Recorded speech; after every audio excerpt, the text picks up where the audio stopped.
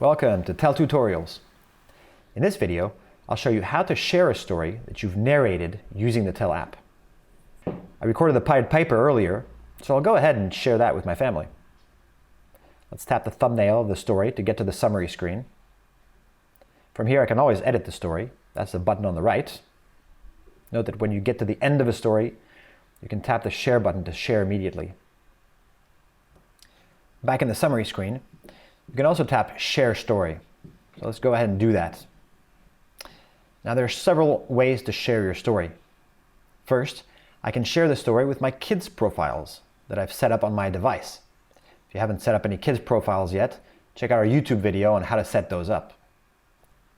Second, I can share the story with my circles. If you haven't set up any circles yet, check out our YouTube video on how to set those up. It makes sharing a whole lot easier. Circles are kind of like sharing bookmarks.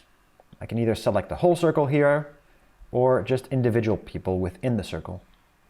Third, I can share to the suggestions that are displayed, and these come from my phone's contact list. I can also share by email by typing an email address in the field right here. Let's go ahead and type something. Finally, I can share by link and select another app on the phone to share with, like Gmail, WhatsApp, Facebook, Instagram. Let's skip that for now. So now that I've selected who I want to share the story with, let's tap Send, and the story will be automatically sent to those people. If they have the app, they'll click a link and open your story in the Tell app.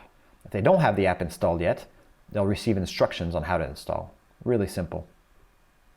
Anyway, I hope that helps, and don't forget to subscribe to this channel for more tutorials, tips, and tricks.